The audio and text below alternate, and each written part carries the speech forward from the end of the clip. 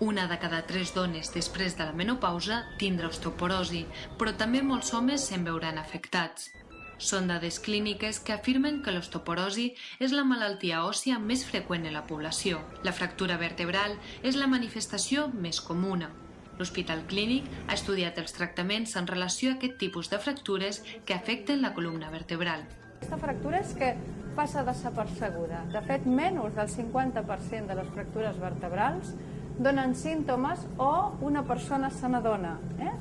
Pots tindre una fractura sense cap caiguda, que parlem de fractura espontània, o amb una caiguda. La fractura vertebral comporta un dolor de gran intensitat en alguns casos. Són pacients normalment d'edat avançada, amb ossos molt fràgils, en els quals una fractura vertebral comporta un dolor molt important i una invalidesa molt important. Són pacients que moltes vegades no es poden aixecar del llit. Per tant, aconseguir que millorin del dolor és molt important per a ells i aconseguir que millorin el més aviat possible és molt important per a ells.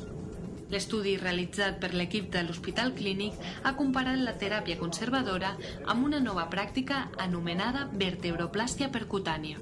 Aquest nou tractament consisteix en injectar ciment ortopèdic en la vèrtebra fracturada. És un tractament invasiu, en el sentit que hem de posar unes agulles a l'esquena del pacient i col·loquem aquest ciment dintre del cos vertebral per fixar la fractura. Igual que quan un es fractura un braç, que li col·loquen un guix, el que volíem era fixar aquesta fractura i veure si amb això aconseguíem millorar més o menys el dolor. La punció vertebral amb ciment, la vertebroplàstia, semblava que podia donar una resposta més ràpida. El que hem vist és que a curt termini els pacients que han estat tractats amb vertebroplàstia han millorat més que els pacients que han estat tractats amb fàrmacs. A la llarga, a l'any, els resultats són similars, o sigui, tots dos milloren.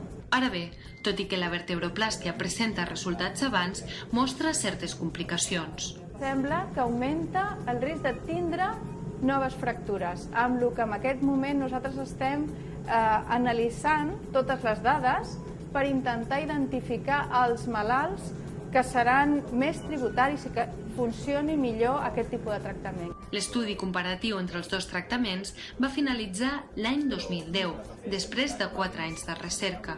L'objectiu era observar de manera comparativa com es reduïa el dolor i millorava la qualitat de vida del pacient. Ara, l'equip de l'Hospital Clínic ha iniciat una segona fase.